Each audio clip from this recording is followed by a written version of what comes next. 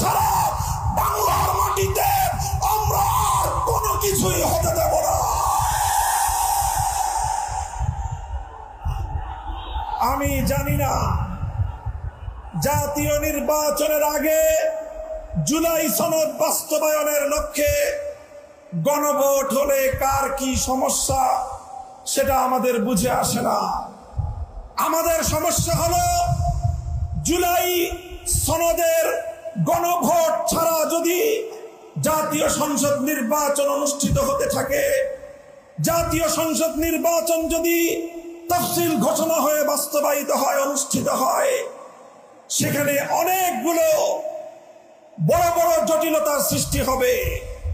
তার মধ্যে অন্যতম একটি হলো দ্বিকক্ষ বিশিষ্ট জাতীয় সংসদের উচ্চ কক্ষ কিভাবে গঠিত হবে, কিভাবে রাজনৈতিক দলগুলো তাদের নির্বাচনী ম্যানিফেস্টো তৈরি করবে, জাতির সামনে তারা তাদের উচ্চ কক্ষের 100 সদস্যের তালিকা কিভাবে প্রকাশ করবে, এই সকল বিষয়ের কোনো সদুত্তর তাদের কাছে নাই। যারা জুলাই সনদের গণভোট জাতীয় সংসদ নির্বাচনের আগে অনুষ্ঠানের ক্ষেত্রে বিরোধিতা করছেন, আমরা তাদের সমস্যার কথা জানতে চাই। কোনো যুক্তি নাই, কোনো যুক্তি নাই।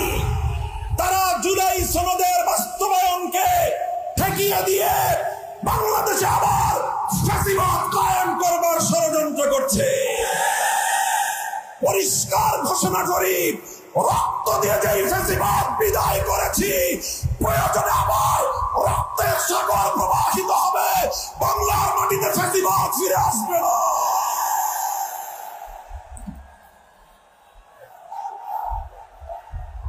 রাজনৈতিক পক্ষগুলোকে বলতে চাই, আমরা রক্ত দিয়েছি বালাকোটে, আমরা রক্ত দিয়েছি শাপলা চত্বরে, আমরা রক্ত দিয়েছি 2015 সালে, রক্ত দিয়েছি 2021 সালে, রক্ত দিয়েছি জুলাই বিপ্লবে। আমাদের মুখোমুখি দাঁড়াবার চেষ্টা করবেন না। আমরা রক্ত দিয়ে অধিকার আদায় করি, রক্ত দিয়ে বাংলাদেশ কিনেছি, রক্ত দিয়ে বাংলাদেশের স্বাধীনতা রক্ষা করবো ইনশাআল্লাহ। সংগ্রামী সাথী ও বন্ধুগণ, জুলাই বিপ্লবের আমার সকল সহযোদ্ধাদেরকে আমি বলতে চাই, রাজনৈতিক মতবিরোধ থাকতে পারে, নির্বাচন নিয়ে মতপার্থক্য থাকতে পারে, আপনারা যার যার নির্বাচন করবেন সেটা পরের কথা। আসুন, যারা জুলাইয়ের বিপ্লবের রাজপথে ছিলেন, জুলাই বিপ্লবের সনদের আইনি ভিত্তি কার্যকর করার জন্য আমরা হাতে হাত রাখি।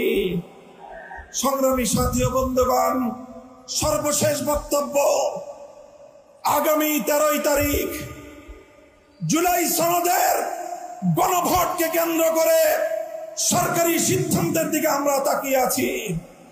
সরকার যদি জনগণের শান্তিপ্রিয় ভাষা বুঝতে ব্যর্থ হয়, আবার বলছি, সরকার যদি 8 দলীয় নেতৃবৃন্দের শান্তিপ্রিয় ভাষা বুঝতে ব্যর্থ হয়, যেই ভাষায় বললে সরকার বুঝবে, আমরা সেই ভাষাই প্রয়োগ করব, সেই কর্মসূচি ঘোষণা করব ইনশাআল্লাহ।